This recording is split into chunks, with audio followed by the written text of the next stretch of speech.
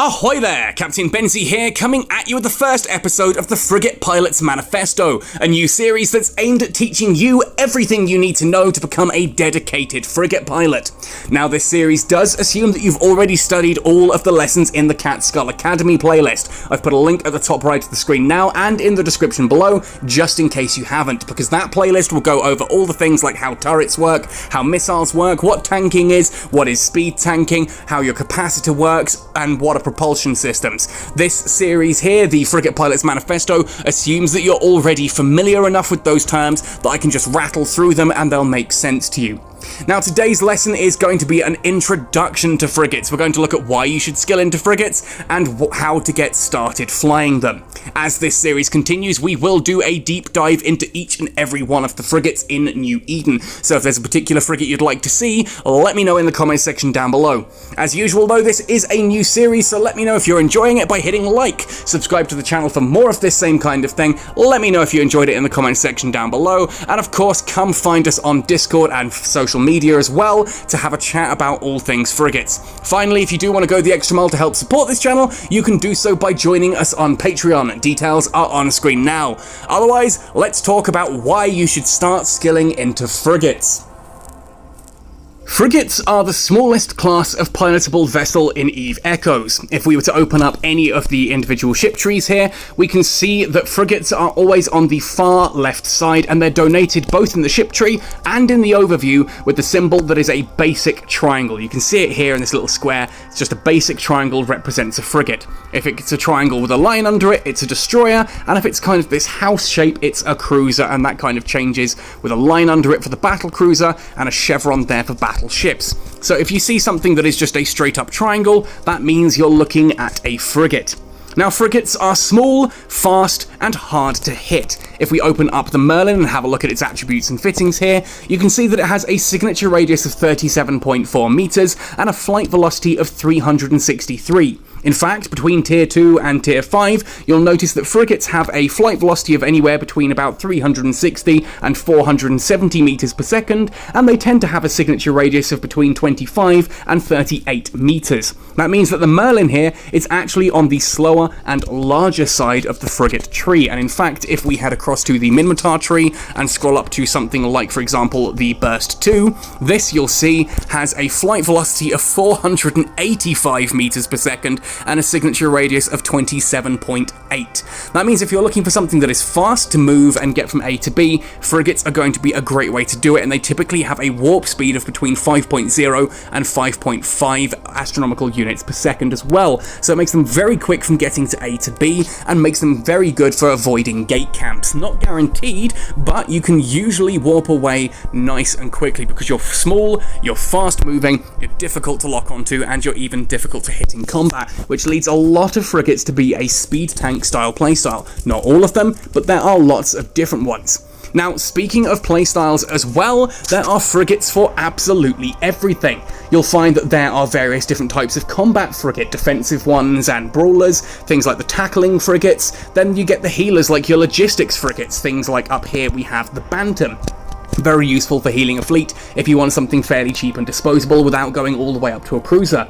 You get exploration frigates that allow you to haul stuff from A to B, maybe even having covert ops cloaking devices, that kind of thing, and there are even electronic warfare frigates. Now, you won't find hauling cruisers or destroyers, for example, so if you're skilling into frigates, you're going to be getting bonuses to ships that can do hauling, ships that can tackle, ships that are combat related, ships that are good at healing the fleet, ships that are great at electronic warfare. You can kind of do anything as a frigate pilot, and that's a really powerful notion to be part of. They're also incredibly cheap to buy and fit. If we open up the market here and just have a look at some of the costs comparatively, you'll see that obviously a lot of the early frigates are seeded within ITCs. So once this loads going to ships and frigates, something like a Condor, for example, you can pick up at almost every single station in New Eden for as little as 5,000 ISK. Very cheap, very easy to grab and jump into. Once you start hitting the Tech 3 frigates like the Kestrel here, these only jump up to about 125,000 ISK, still not much at all, and very replaceable if you do lose it in combat. And of course, if you've got the insurance vouchers, a lot of these frigates can be brought back. Now that doesn't mean that they're not powerful. I've showcased in other videos that the Kestrel, the Tristan, and other frigates of tech level 3 only can clear tier 7 anomalies. That is an astonishing amount of versatility and power for a ship that only costs 125,000 ISK, and the same goes for the fittings. You'll find that small weapons, small afterburners, small shield boosters, small armor repairers, all of these things tend to be a lot cheaper than their cruiser equivalents, the mediums or even the larges once you start looking into battleships. Basically, in simple terms, it is very cheap to buy a frigate and it is very cheap to fit a frigate. Even the ones like that aren't seeded, even the higher level ones, like for example, if we scroll down to the covert ops frigates, you're looking at a very different cost here. It only goes up to, in this case, once it loads, you'll see the magnet, it's about 6 million. You're getting a very high-powered ship there for 6 million ISK. You won't find a hauling cruiser for cheaper than that. In fact, most cruisers alone cost a lot more than that. Compare something like, you know, the Atron 2 here that can do tier 8 anomalies with speed tanking this properly. That's less than $1 million to buy in certain cases, whereas if you want to buy something like a Caracal Navy issue, you're looking at 60 million ISK. Now, on the subject of things being cheap as well, let's have a look at the skills. If I were to look into small missile and torpedo operation, for example, to train this all the way to level 5 would require a total of 256,000 skill points. On the other hand, if we then compare that to medium missile torpedo operation, skilling that to level 5 will take a total of 384,000 skill points. That is a 50% increase. You can train small missile operation 5 1.5 times in the time it'll take you to reach medium missile operation 5. And that's true across the board, whether it's lasers, cannons, missiles, drones, decomposers, or like railguns. Any of those weapon systems do work there. And of course, there are plenty of other skills that carry across as well. Things like afterburner, micro warp drive operation, shield operation, armor operation. All of these are skills that benefit both the frigates, destroyers, cruisers, every different class. So if you've already started training for things like cruisers and you're considering moving into frigates, not only will the skills that if you were to unlearn skills using the recent reallocation system in EVE Echoes, if you were to try and take some of your skill points out and put them into frigates, not only are you going to find that you've got more coming out of your cruiser skills than needs to go into the equivalent frigate skills, but a lot of the skills that you've already trained are still going to work. Now the question then remains, what are frigates good for? Obviously, if they're cheap and disposable, what are they good for? Well, for solo PvP, frigates are absolutely fantastic. They're fast to prowl, they're disposable if you lose them, because they're so cheap and easy to fit and many of them can be insured, meaning you can just go out and get them destroyed, and if they get blown up, oh well, you just buy another one. But ultimately, things that you kill with the frigate usually outweigh the cost of the frigate itself, and you can very quickly rack up a lot of money in PvP by just taking out targets and selling their loot. Now, in fleet or gang PvP, frigates again are versatile. You've got tackle, you've got speed tanking capabilities, or you can just get a load of your mates in frigates and swarm bigger targets. One of the funniest things you can ever witness in EVE Online is watching a group of frigates take down a battleship. It is entirely possible because the battleship's guns are unable to hit the frigates, and the frigates just slowly whittle its health down and destroy it. Now for PvE, as I've already mentioned, for ratting, there are many of the tier 3 and tier 4 frigates that can solo tier 7 anomalies, and that only increases as you go further up the branches. Once you start looking at faction frigates, you can actually start soloing up to tier 10, which is really quite remarkable for such a small ship. Between Tech Level 2 and Tech Level 5, each Empire has 8 different frigates. That's 32 options overall, and those encompass 5 different types of tasks that you can accomplish with them. Again, going back to the varied multiple playstyles bonus of flying frigates. Now, these tend to be things like the combat frigates. There are 2 combat frigates for each of the empires, one that is usually a little bit more aggressive, one that's a bit more defensive. There are 2 tackle frigates, fast, speedy little things that are designed for taking an opponent and locking them down in position while the rest of the fleet arrive. There's a logistics frigate, something that is designed to heal other ships. 2 exploration frigates designed for helping you haul or moving around unnoticed in hostile space. And then there is an electronic warfare frigate designed for messing with your opponent's fleets. So let's have a look at each of those one by one between the different empires. Starting with the Caldari state ship tree, we first of all have the Condor. This is one of the tackle frigates that I mentioned. Very fast moving, capable of getting under the opponent's guns, and is designed to help hold them in place whilst the rest of your gang arrives and does what they need to here. This is, you can see here, this is exemplified by the fact that it has the stasis weatherfire capacitor need reduction, and it is a missile ship using small missile and torpedo damage as part of the frigate command bonus. If you're getting into frigates, the first skill you train before you even consider weapons is frigate command, because you'll find that so many of these different frigates get bonuses to their weapons and other things based on the frigate command skill. Not only that, it also helps make your frigates faster and more nimble. Now, the second of the tackle frigates is up at tech level 4. This is the Condor 2, and I've gone at great lengths to showcase what a powerful little frigate this thing is. This is one of those frigates that can clear tier 7, sometimes even tier 8 combat anomalies due to how small and how fast it is. Again, you can see that it's a tackle frigate based on the fact that it has warp disruptor and stasis weatherfire bonuses here. In this case, the amount of capacitor required to run either of those is dramatically reduced. You also get a bonus from Afterburner. Afterburner velocity bonus of 10% per level, 50% additional bonus for the Afterburner, makes these incredibly speedy little frigates, and again, frigate command gives you that small missile torpedo damage. Now, what about the combat frigates? In the case of the Caldari tree, this starts with the Merlin at tech level 2. This again, frigate command, gives you small railgun damage and shield resistances. This makes it actually astonishingly tanky, as it gets very high resistance shields and pretty good damage for a ship of this size and this tech level, thanks to those small railgun bonuses. In fact, if we were to have a look at a bit more of a deep dive into this one, not going to go too far into it, you'll see that actually the shields here at 429 are pretty sizable, especially once you start to factor in that they do get then a full whopping 20% increase to the shield resistances, so that'll be 20% on electromagnetic, almost 40% on thermal, so on and so forth. The second of the combat frigates arrives at tech level 3. For the Caldari, this is the Kestrel. Small missile torpedo operation gives you a bonus to torpedo damage and torpedo velocity, and that's small missile torpedo damage, small missile torpedo velocity. That's extra damage and extra range to your missile systems. This makes the Kestrel adept at kiting, basically outpacing and outranging your opponent's guns. Very, very powerful frigate. Again, this is one of the ones that can quite comfortably clear Tech 7 anomalies. Frigate command, that ever-important skill, gives us an increase to the flight velocity, which just helps us move faster and thus outpacing our opponents that little bit better, so we take less damage. Now, moving on from there, we have the logistics frigates. Here we'll see at tech level 5, we get the Caldari Bantam.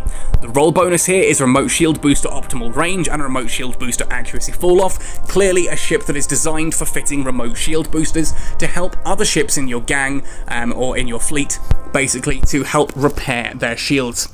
Remote shield operation then reduces the amount of capacitor and the activation time of those remote shield boosters, and frigate command, oh look, there it is again, signature radius reduction. Smaller signature radius means it takes longer to lock onto you, you are harder to hit, and you take less damage both from turrets and from missiles. After logistics, we have the various different exploration frigates. For at tech level 3, this is the Heron for the Caldari. Frigate defense upgrade increases your scan resolution, helps you lock on that a little bit faster, and gives you frigate command, gives you flight velocity moving faster as well. The main bonus of these, though, is that cargo hold capacity, 1,000 meters cubed. If you want to start hauling cargo from A to B, the Heron is a very good ship for doing this. And once you hit tech level 5, we get the Covert Ops variant of the Heron. Basically, similar kind of ship, scan resolution and scan strength are our main bonuses. We get the increase to flight velocity plus a larger cargo hold thanks to Frigate Command. Oh boy, are you seeing why you should skill into that now? And you also get the capability of fitting Covert Ops cloaking devices. Obviously that allows you to move through hostile territory nice and easily. It allows you to, sometimes actually in certain cases, navigate through some really quite hectic gate camps quite quickly and efficiently. Finally then, we have the electronic warfare frigates. For the Caldari, this is the Griffin. Now these are actually changing slightly after this video, so if what you see on screen now isn't quite correct, it's not electronic jammers. By the time you're watching this, we know already that that is now going to be guidance disruptors, so this will be a ship that is designed for messing with your opponent's missile systems. And itself, it gets bonuses to missile torpedo damage and to the flight time of those torpedoes, missiles and torpedoes as well. Basically, the Griffin is an upgraded Kestrel. It's a bit more expensive, but it does more damage and gets a little bit extra range, plus has the capability of messing with your opponent's missile systems. For the Amarr ship tree, their tackle frigate starts here at tech level 2 with the Executioner. Again, you can see here that it's a tackle frigate thanks to that roll bonus to stasis weber fire capacitor need. Frigate Command then gives it laser damage and small laser capacitor reduction as well, so it doesn't require as much capacitor. If you're going into lasers, this is a great starting point for those. And again, once we hit tech level 4, we upgrade to the Executioner 2. Like the Condor 2, this thing gets the extra bonuses to weber fire capacitor need, warp disruptor capacitor need, the bonuses to its afterburner, the small laser damage increase, and small laser capacitor need. Again, a very fast moving frigate that is capable of getting under the enemy guns and shutting down a ship nice and closely.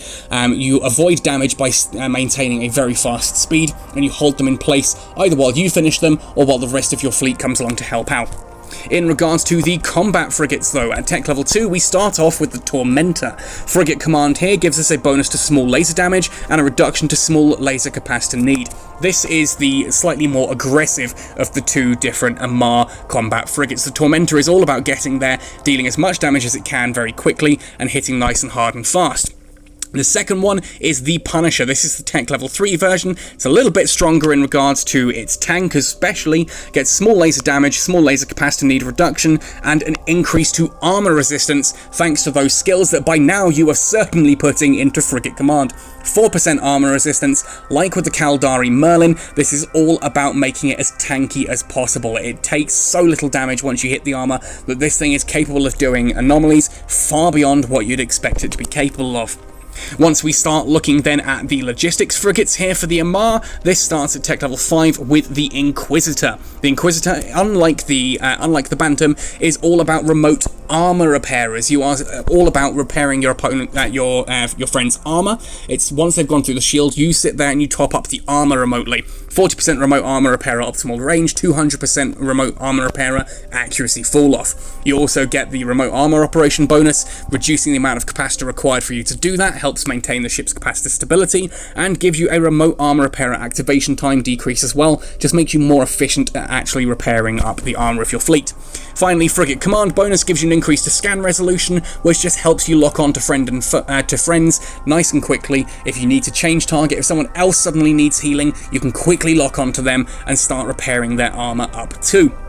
The exploration then for the Amarr starts with the Magnate, this shiny gold and ivory weird looking thing here, which actually makes an interesting starter miner as well. It's one of the few ships that can fit 2 mining lasers early on in the game if you happen to lose your venture trainer or you just haven't quite unlocked it yet and you want to get into mining. The Magnet is actually a pretty good one for this.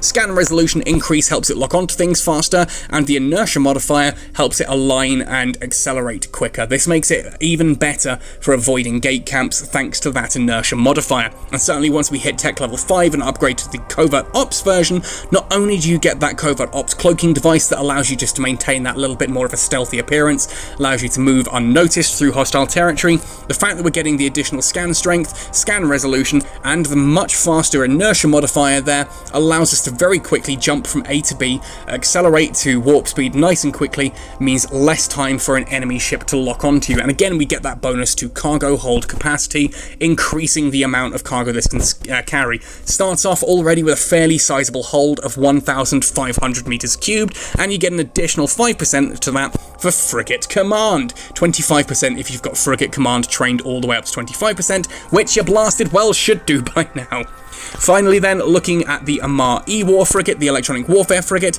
this is the Crucifier. Again, the stats here have changed ever so slightly. I'm looking at this on live, knowing that the update is coming out in a couple of days. It's not weapon disruptor, it is tracking disruptors. These things, the Crucifiers, are going to excel at messing with people who are using turrets. If someone is using turrets and you're flying a Crucifier, you are able to jam their turrets, making their range less, and the tracking speed of those turrets is a lot worse as well. And you get bonuses here from, it'll actually be from signal jamming. Signal jamming will give you bonuses to the tracking disruptor strength and tracking disruptor optimal range, making you even better at that.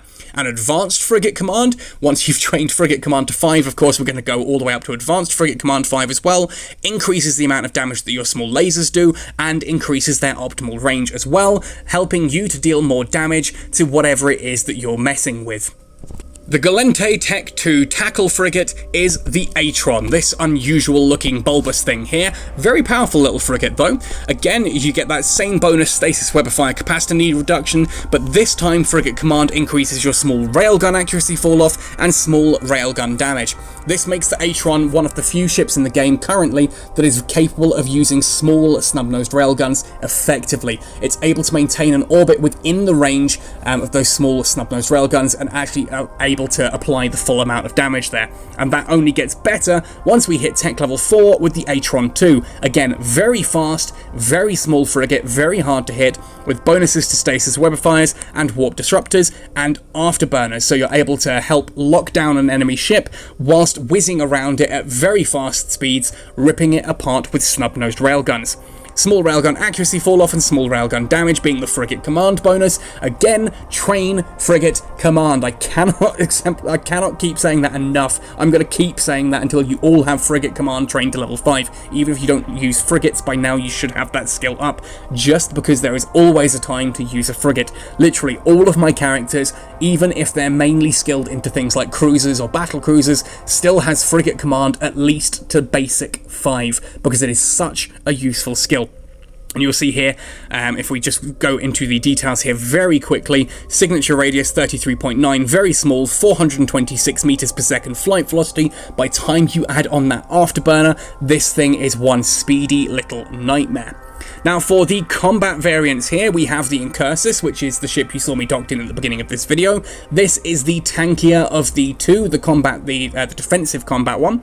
Again, small railgun damage and armor repairer efficiency from frigate command. That armor repairer efficiency means that a small armor repairer does more armor healing per cycle. Very useful for active tanking and staying alive. Now the Incursus, annoyingly, is not quite as good as some of the other combat frigates that you can find, but it will do you solidly all the way up to tech level 5. I've cleared tech level 5 combat anomalies with this, and I almost got through a tech level 6 with it. It did struggle a bit on the tech level 6, however. Once you hit tech level 3, you get the Tristan, which is the more aggressive combat variant. Now the Tristan is one of those ships I cannot sing its praises highly enough. This is probably the most versatile combat vessel in the entirety of EVE Echoes. It is, of course, a drone ship. The small drone operation bonus here, 5% drone DPS and 5% drone EHP, 25% extra effective hit points for your drones and 25% extra DPS for your drones, and frigate command gives you that small railgun tracking speed. Now the interesting point to note there is it's only small railgun tracking speed. We don't necessarily care about small railguns. You can put lasers on this, you can put cannons on it, you can put missiles on it, because that bonus is just the tracking speed. It doesn't really help the damage all that much. You can get away with doing different types of weaponry on it. And because of how it works with its shield and armor here, again, you can actually get away with shield tanking this if you want to. You can get away with armor tanking it. You can get away with speed tanking this almost. You can actually go with kiting. You can go with brawling. There are so many different playstyles with the Tristan. That's why it had its own dedicated video a while ago, and I will be redoing that video and showcasing even more of what the Tristan can do. Now, the logistics vessel for the Gallente is the Navitas. Unusual looking ship here. Looks a little bit like a shark. This is one of the few Gallente ships I do actually really quite like. Very cool looking ship there.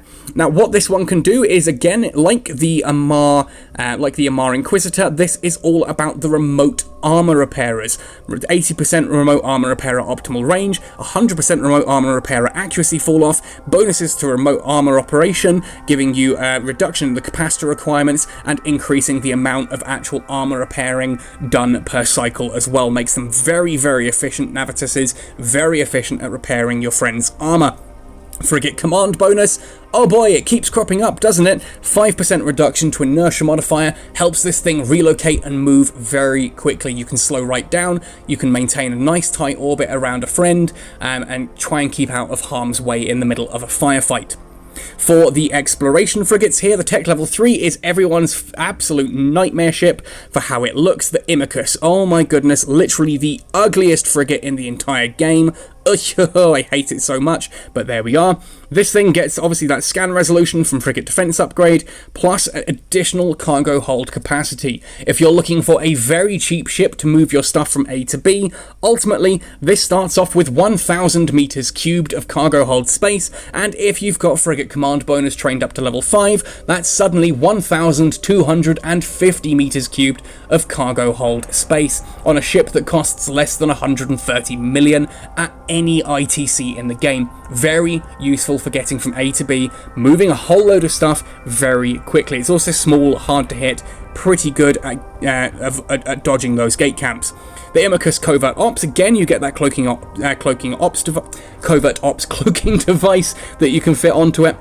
Additional scan strength and scan resolution, that will come into effect mainly when we start getting the ability to do proper exploration with drones and probes and that kind of thing.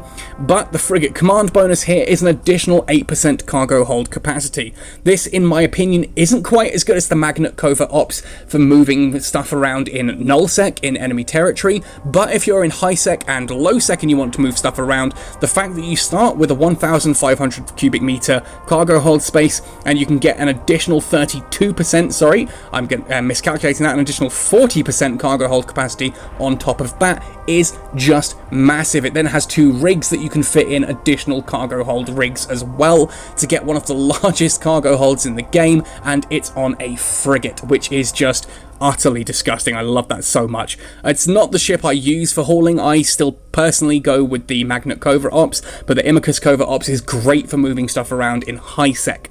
Finally then, we have the Electronics Warfare Frigate, which is the Maulus. Now, signal jamming, again, it's not electronic warfare. By the time the patch hits, it will be signal jamming, increases your sensor damper strength and sensor damper optimal range by 5% each as well. That gives you the capability of stopping your opponents from locking on. Very useful in a firefight, especially if you've got friends who are using drone ships, because you can sit there, jam up the sensors of the opposing ship. By the time they've locked onto the drone carrier will notice that their drones are taking damage, can recall them back to the ship and immediately send them out again, starting that cycle over and over and over. Sensor dampeners are, as far as the electronic warfare options go for these different frigates, they are slightly more situational than the others, but in those situations where they're useful, they really do excel. Finally then, the Minmatar ship tree. Starting off with the tackle frigates, the Tech 2's tackle frigate is the Slasher. This is the fastest and the smallest of the 4 different tackle frigates, but it is also the most fragile. Like the others, it gets that 80% reduction to stasis weapon fire capacitor need, and frigate command bonus gives you the 5% small cannon tracking speed and 5% small cannon damage, 25% if you have frigate command at level 5. Are you seeing why you need frigate command at level 5 yet? You should. It's literally the first skill you should train in the entire game as far as I'm concerned. Now, the second of the tackle frigates again hits at tech level 4, that's the Slasher 2. This is my personal favourite of the tech level 4 interceptors. The Slasher 2 here, again, that's 80% reduction to stasis weapon fire capacitor need and warp disruptor capacitor need, up to 50% afterburner velocity bonus increase, and frigate command giving you that increase of 7.5% per level of small cannon tracking speed, 37.5 at full training, and a 12% increase to small cannon damage, 60% at full training. Very fast fast, very hard to hit, very small, does decent damage, but you need to be careful. If anything manages to land a shot on this, it will probably one-shot you. This is a very fragile frigate. In fact, you can see there the overall defense, 1,332. Not a lot of damage at all. A lot of ships can clear that out in one shot.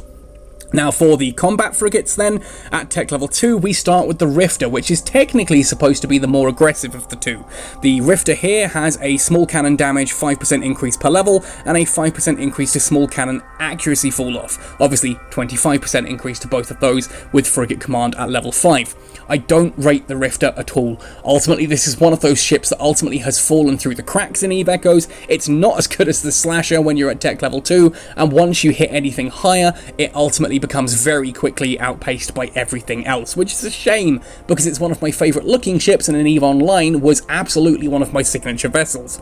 At tech level 3, the second combat ship is the Breacher. This is the more tanking orientated one, still very fragile. Speed tanking is the way to go here, but you do get a bonus from frigate command to a 7.5% increase to shield booster amount. That means if you are taking damage, your shield boosters do a lot more healing, 37.5% if you've got frigate command at 5. Just means that you don't have to cycle your shield boosters as often, helps it maintain capacitor stability. It's also a small missile torpedo activation time reduction as small missile torpedo operation, so this is a missile torpedo boat. Very, very good at hitting very quickly and very hard with torpedoes. Torpedoes are probably what you're going to want to go for with this particular ship. You can get away with missiles. I just personally find the torpedoes a little bit better because you can really kick the damage out nice and quickly. Once we start looking at the logistics frigates here for the Minmatar, this is of course the Burst up at tech level 5 when I tap on the right one. Like the Bantam, this is all about the remote shield boosters. Remote shield booster optimal range, 80% increase, and a 100% increase to remote shield booster accuracy fall off. Lots of extra range from those, along with remote shield operation, reducing the amount of capacitor required to operate those, and increasing the amount of shield boosted per cycle. Very, very useful. Great little ship for keeping your friends' shields topped up and nice and healthy. And again, frigate command bonus here gives you an increase of 5% flight velocity, making this one of the fastest moving logistics frigates. In fact, looking at it, flight velocity of 477, one of the fastest moving frigates in the game without the additional help of a propulsion unit, either an afterburner or a micro warp drive. Now for the exploration frigates here, starting at tech level 3, we have the Probe. The Probe gets an increase to scan resolution and a reduction to its signature radius. That reduction to its signature radius makes it harder to lock onto, and it's harder to hit, and it'll take less damage from any hits that hit it, especially from missiles as well. With the 1,000 meters cubed cargo hold capacity, still a pretty good ship for moving your stuff around, and with the bonus to signature radius, you can probably avoid quite a few ships. If you want one of these and you're going to sort of half fit it for combat, not something I'd recommend personally. The Probe actually is one of the better of the exploration frigates for combat, simply because it can actually speed tank. It's fast enough moving with a small enough signature radius once you've got frigate command trained up to full level 5 that it can actually sort of get away with that.